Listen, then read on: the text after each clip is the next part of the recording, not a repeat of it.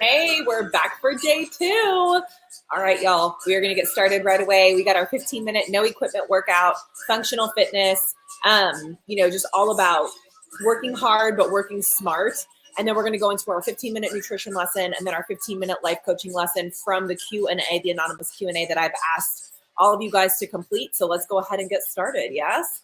I'm going to go ahead and let's do it. Let's do it. Let's do it. Let's do it. Let's do it. Let's do it. Let's do it. All right, start with high knees. Take my phone out. My dog doesn't know where to go. Good. Now add a little hop here. Run those arms.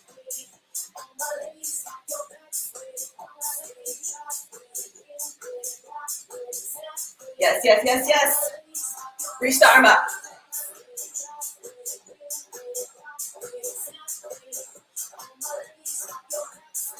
Exercises, 60 seconds each. Still warming up here. Pick your heel up. Tap.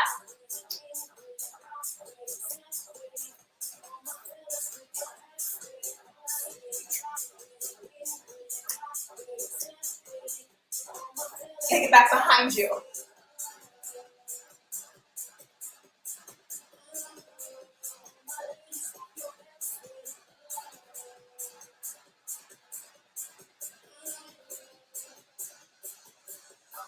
Pop it. Waking up both sides of the brain here. Let's go, let's go.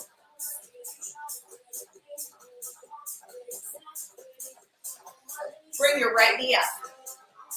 Tap the floor. Pull, tap, pull, tap, pull, tap. Bring those hands to those obliques. Feel how tight that core is, yes? 45 seconds. Pulse it up high. Breathe through. Feel how strong you have to be to complete this. That was 15 seconds. You have 30 seconds left. Can you extend your leg out? Make it heavier on the quad. If your answer is no, that's okay. Remember, work out smart, work out strong, work out safe.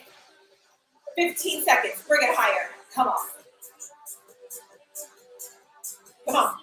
10 exercises, that's it. 1 minute each. This leg that's up right here, I want you to lunge it to me. Lunge it forward, come back.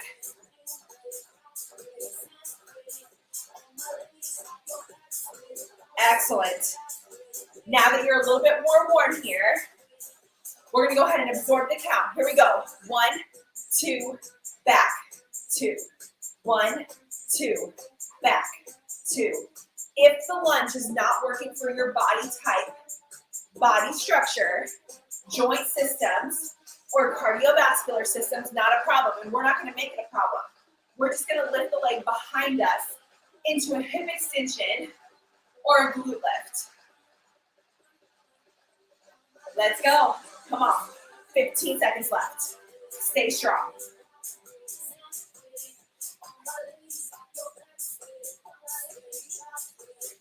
What goes up must come down. Left knee, lift it up and down. Lift, lower, lift, lower, lift, lower, lift, lower, lift, lower, lift, lower. For 45 seconds, pulse it up right here. Feel how tight those core muscles are. Keep it up. Can you straighten that leg harder? Harder doesn't mean better. It means harder. If your forearm starts to fall apart, go back down to the option A. Come on, team. 15 seconds left. Go, go, go, go.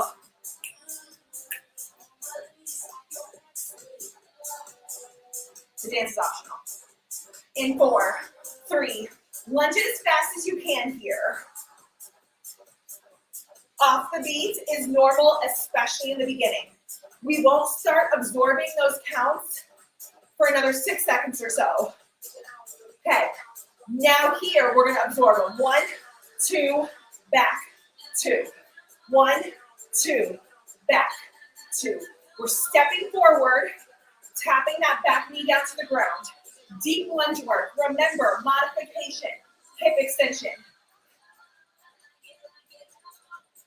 Today I'm in my bedroom, literally same clothes as yesterday.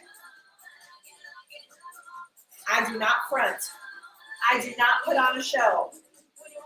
No fancy lighting, no fancy microphone.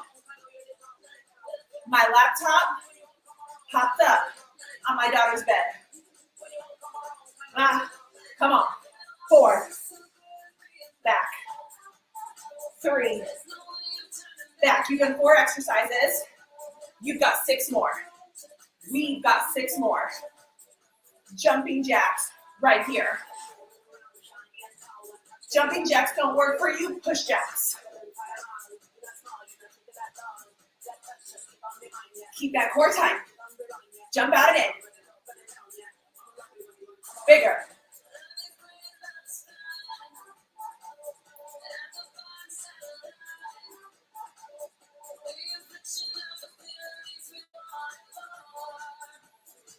We're halfway, come on. Let's go. Let's go. I hope y'all can hear this music, it's good.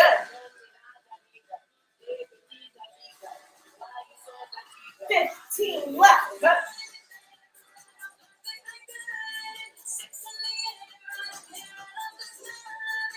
On deck. 3 pulse squat. Jump 4. Right here. Drop down for 3. 3, 2, 1. Jump up. That jump is optional. You can stand. Option A. Option B. Calf raise. Option C. Explode up. Come on. This is exercise 6 of 10. Let's push it.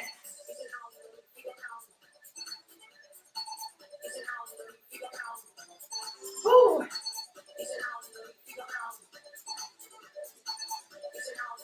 We've got 15 seconds left. Can you jump bigger? Come on, jump. Look, I'm gonna get my face out of the frame. That's how high. Jump with me high, face out of frame. 4, 3, 2, 1, lift the knees up. 15-second transition here. Gonna take you down to the floor. If your heart rate is very high, stay here until it's not. Walk to your computer, pause me.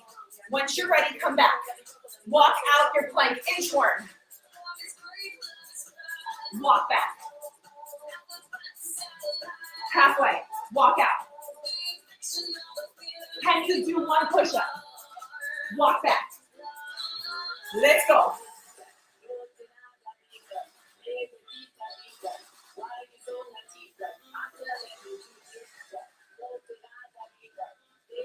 Ooh, this hair.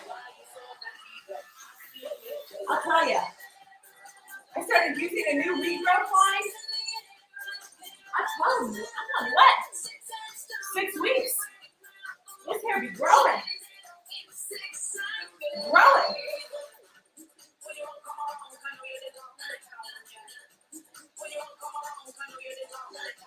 Oh, we got 15 seconds left.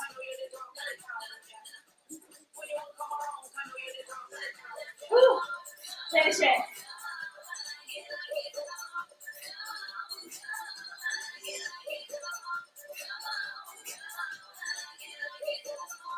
That's it. That's it. Knees up. 15-second transition. You need more time? Take it. Good. Skater lunge. You're gonna lift that right leg up, right here. Lift up, and now slide back, lunge down. Pick up, lunge down. Exercise 8. Lunge. If you want more challenge, jump and lunge. Jump and lunge. Jump. Lunge. Jump. Lunge, 30 seconds. Come on.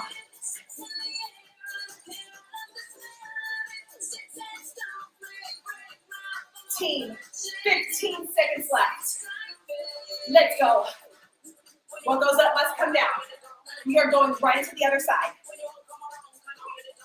In, 4, 2, and 1. Kick that right leg up. And down.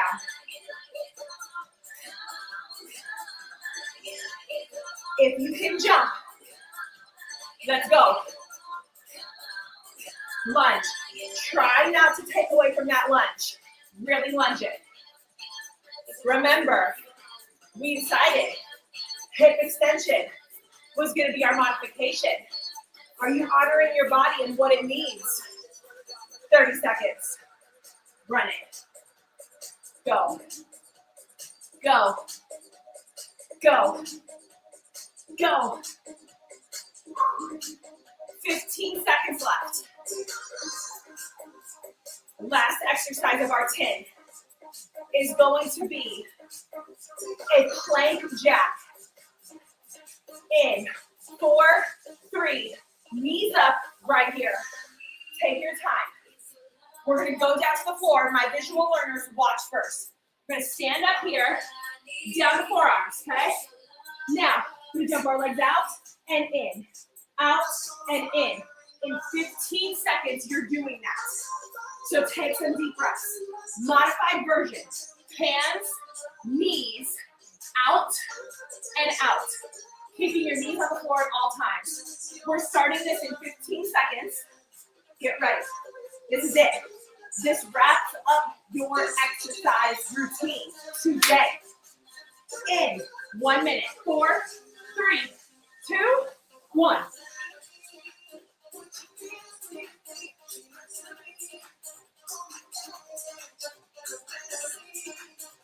Taking those recoveries as you need to. Keep fighting. Keep going. Go. Go. Go. Go. I believe in you. You have everything that you need. Let's go, team. Whew. Sweating now. You're at 30 seconds left. I want you to think, am I breathing? Are my shoulders away from my neck? Can I elevate my chin a little bit? Can I jump my legs a little bit wider? Can I snap them in a little bit more intentional? Yes. Get that booty out of the air. I know it looks good, but push it down. Let your entire abdominal wall hold you up. You have 4 more. 4, go. 3, go. 2, go. And 1, child's pose right here. You did it. Nailed it. Nailed it. Keep that child's pose there.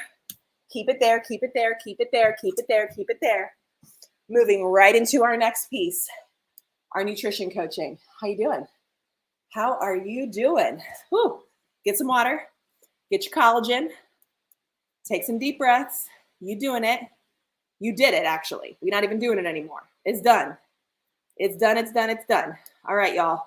So the Q&A that I got for this next one, this day 2 one, oh, y'all, it hit me right in my feels.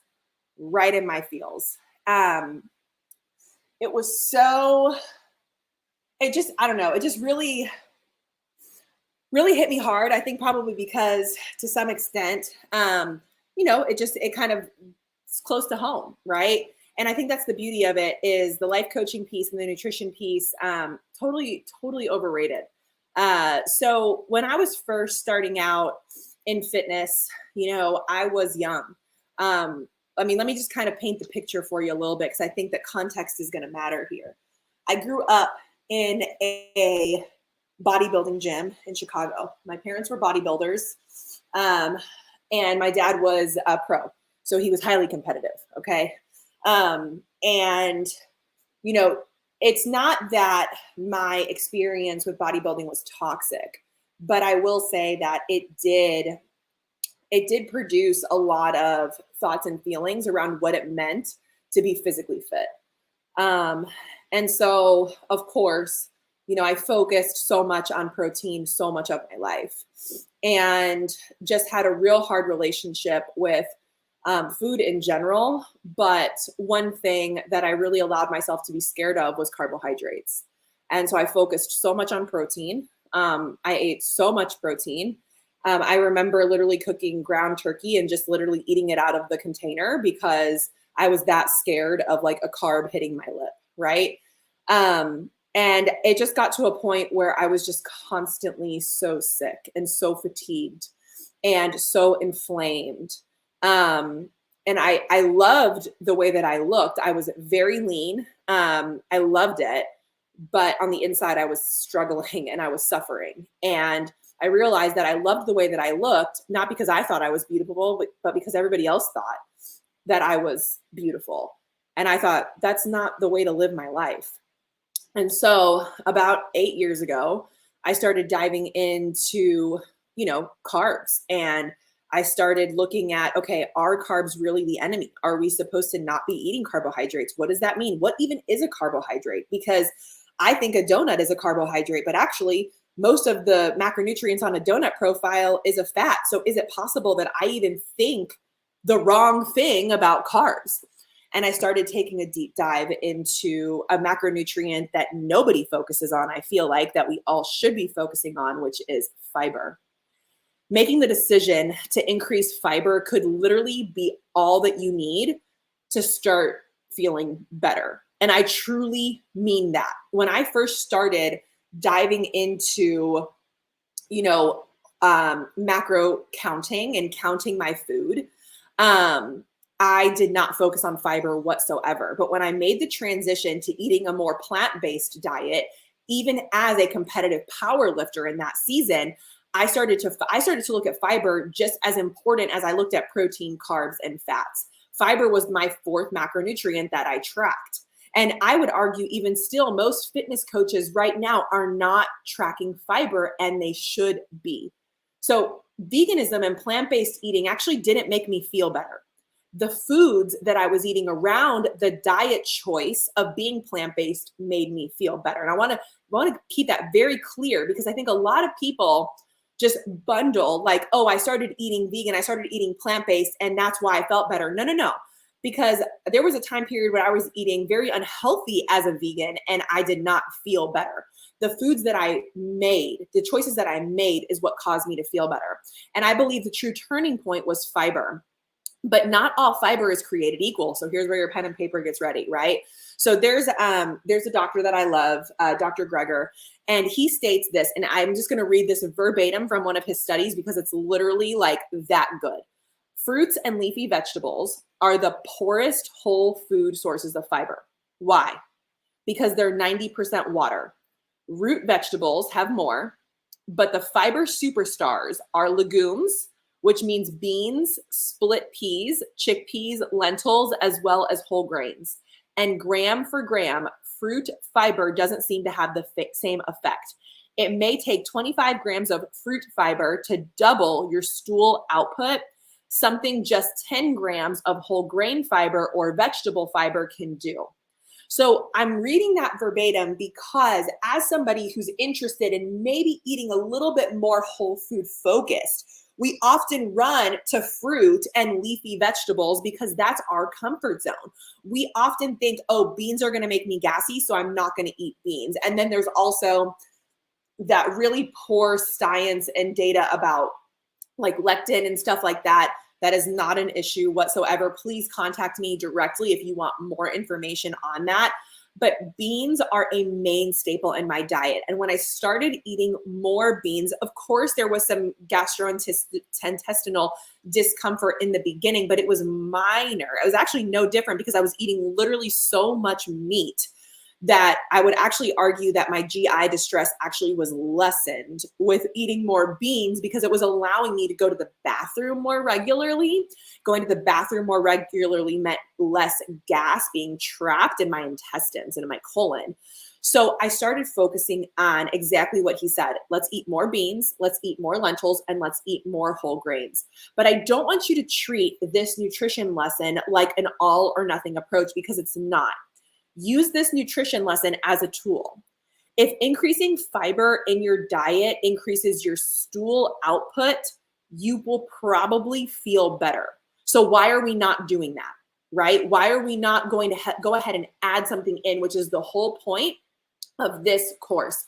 The question that I got asked is, how do I add more fiber into my diet without blowing up the bathroom? That was literally the question, which I thought was hilarious because whoever wrote it, like, it made me laugh out loud. I called my husband over. We all had a good chuckle about it, but it's so true. It has such a bad rap about like just what's going to happen to your GI. Are you going to have diarrhea? Are you going to be so gassy? Are you going to have to take gas pills? You're going to have to take antacids. Small steps forward. Start by increasing with just a half a cup of legumes 1 time a day.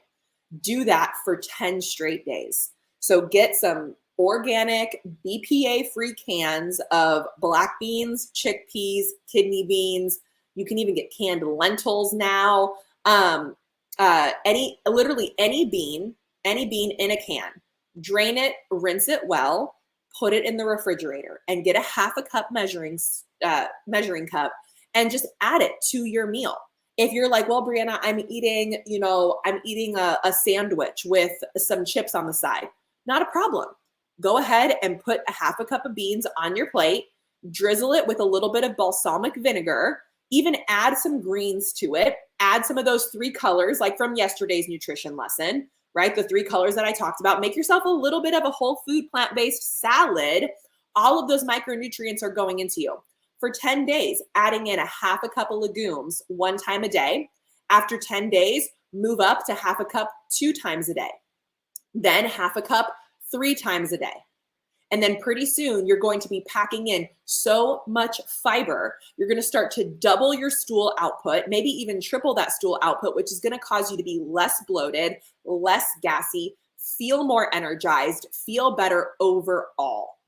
In my book, Pivot to Plants, we reference about being fully plant-based. However, you don't need to be fully plant-based in order to feel better. You just have to make more nutrient-dense decisions around the foods that you're already eating. So I want you to really educate yourself around the topic and really go in and understand that this is not a one-size-fits-all approach. The goal of this course is to educate you and empower you so that you can make the best decisions possible for the best life possible. And that's really what we're looking at here. And so with all that being said, the best way to increase it is just like I said, kind of stair-stepping into that process. So I hope that was helpful. More beans, more legumes in your diet. And if you have more questions on that, highly suggest that Pivot to Plants course. In fact, I think I'm going to offer people that are here 50% off of that course. It is by far my best course. It is video focused. It has a book that I wrote with my husband, who's also a nutritionist, and he has autoimmune disease, and he's an athlete. So we have 2 completely different perspectives in there. Me coming from the very, very busy, overworked, overwhelmed, stressed out, anxiety, depression, OCD, like label of not having a lot of time for myself. And then my husband who, has other issues, right, unique to him, but we have 2 completely different approaches to diet. And so we co-wrote this book together. So be on the lookout in your email for a 50% off code, because I definitely think that if you're even slightly interested in what does it mean to just eat more plant dense, whole food dense, so that you could start feeling better, so you can start going to the bathroom more regularly and feeling less bloated overall, I definitely think that it's going to benefit you immensely. Okay, so hard topic, right? Life coaching. All right, so this anonymous topic, man, it made my heart hurt so bad, but it is something that we all deal with so much. And the anonymous topic was, I hate the way that my body looks. And man, I think we've all been there. I think any woman has been there. Some men have been there. And it is such a hard thing to wrap our brain around and really deal with. As a former bodybuilder, and around my parents who were also bodybuilders, yo-yo diet swings are nothing foreign to me, like whatsoever. I spent many days as like a school-aged child going on like family diets because my dad was in prep, bodybuilding prep. And honestly, I'm so grateful for this experience because it showed me everything that I should not be doing while I'm on my wellness journey now. And I think had I not experienced something that severe firsthand, I don't think that I would actually be like the sustainability health coach that I am today. I think that experience makes my coaching really unique because I literally grew up around it when my prefrontal cortex was not even developed and I couldn't even process really what was going on around me. Going on a diet in any way, shape, or form is outcome focused. We hate the process, the food restrictions, the hunger, the physical pain of pushing ourselves in the gym when we are starving. And this promotes one toxic thing, that in order to achieve happiness, you must suffer. And this is wrong. This is wrong on so many levels. I cannot even begin to explain to you how wrong it is. So what I want to offer you in this life coaching experience right now is just that, an experience. I want to paint a picture for you, okay? And this is directly connecting to the topic of I hate the way that my body looks. So let me paint this picture. You're going on vacation with your friends, all right? And you want to look some kind of way on the beach because y'all are going to be taking pictures and the Instagram and the TikTok and all the things. Right now, you're not feeling confident in your body. So you restrict food to 1,200 calories and you work out about 5 to 6 days a week. You lose 20 pounds. You put that bathing suit on and you feel really good about yourself. Even though deep down inside, you and I know that you actually feel terrible. You are hungry and you are hurting and you only associate your happiness with your body's appearance. So you go on the vacation, your friends are now validating your suffering by commenting, by commenting on how good you look. Now others are validating the punishment that you have put yourself through. So you go back to normal, you pick up your mini humans, your children, you work, you do life, and you slowly start to increase food, work out less, because now you're back to normal life. You can't work out 6 days a week forever. You're a mom, right? You're a full-time working employee. You're a dog mom. You're whatever. And you're right back to where you started. But you know what? At least you have those pictures of you looking like a total babe on the beach. I hope you can like feel the sarcasm coming off of my voice. Okay, now you ready for the really painful part?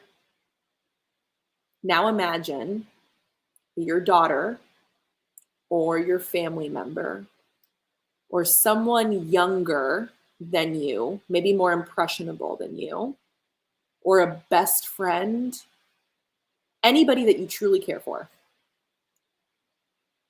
telling you that they are going into starvation mode because they feel ugly in a bathing suit and they're not worthy. What advice do you feel there? What emotions are you feeling there? Because it's okay when you did it, but if a friend, a daughter, a niece, a cousin, if they were going through that experience and they shared with you how miserable they were, as the person that's not participating in those actions, how would you feel about that? It feels pretty sad, doesn't it?